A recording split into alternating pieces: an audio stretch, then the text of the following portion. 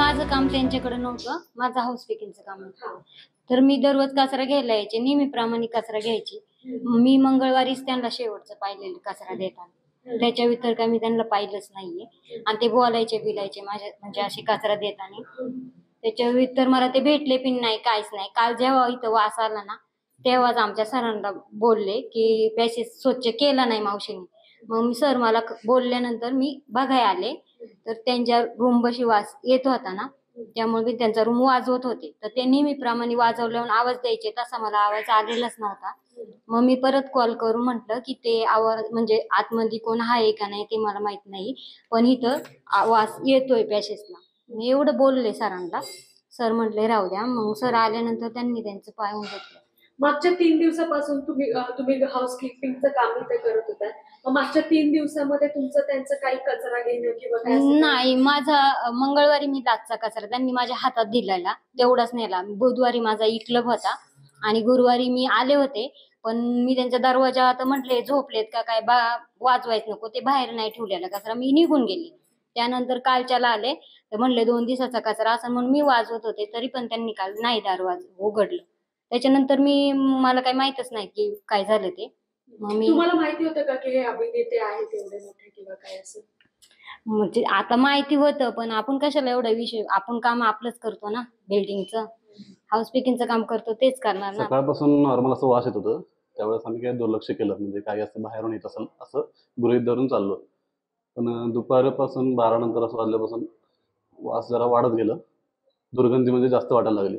मग मीच पुढे असं म्हणजे स्मेल कुठनं येतोय असं बघण्यासाठी गेलो, तर त्या साईडनं कोपऱ्यातून येत होतं वास. मग मी वास येतो असं सांगायला सिक्युरिटी गेटला जाऊन सांगितलं. मग नंतर मेंटेनन्सवाले सगळे येऊन नंतर त्यांनी पोलिसांना फोन केलं. पोलीस वगैरे आले. त्यानंतर त्यांनी मग दरवाजा वगैरे खोलून नंतर बघितलं तर ते पडलेल्या अवस्थेत मिळाले. कुठल्या रूममध्ये पडले होते फ्लॅट नंबर 311 आहे त्यांचं. हॉलमध्ये होते? हो, हॉलमध्येच. ते एकच रूम आहे मोठी. आणि मी 315 मध्ये राहतो.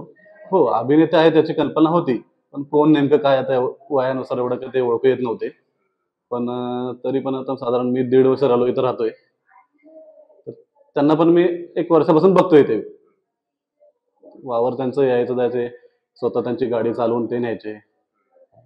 त्यांचं कोणी सोबत असायचं त्यांच्याकडे? नाही, सोबत वगैरे कोणी आम्हाला तरी कधी दिसले नाही कोणी.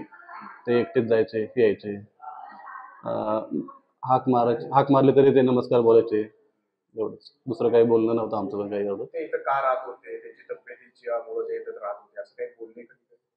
नाही, तब्येतीचं म्हणजे त्यांचं एक काहीतरी पायाला काहीतरी प्रॉब्लेम होतं, त्यामुळे ते जरा लंगडत चालत होते. आम्हाला कल्पनाच नव्हती की ते, आम्हाला कसं माहिती होतं की ते एक आहेत अभिनेते, ऍक्टर आहेत, पण काल आम्हाला खरं समजलं की ते कोण आहेत.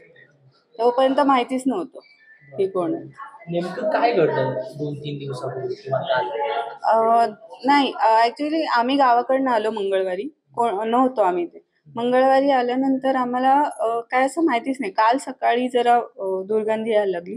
मग त्यानंतर मग माझ्या मिस्टरांना सांगितलं, मग त्यांनी सिक्युरिटीला आणि मग पोलीस आले. नाही, बोलणं वगैरे काय, ते बोलतच नव्हते कोणाशी. फक्त दुर्गंधी आल्यामुळं समोर आले. हा, सोबत कोणी राहत होतं? नाही, सोबत कोणीच नाही, ते एकटेच राहायचे. त्यांचे फॅमिली मेंबर कुणी या ठिकाणी यायचे त्यांना भेटायला किंवा काय? नाही, फॅमिली मेंबर तर कोणीच नाही. ते एनी टाइम आम्हाला एकटेच दिसले, सोबतही कोण नाही. किती दिवसापासून राहत असतील? 8-9 महिने झाले.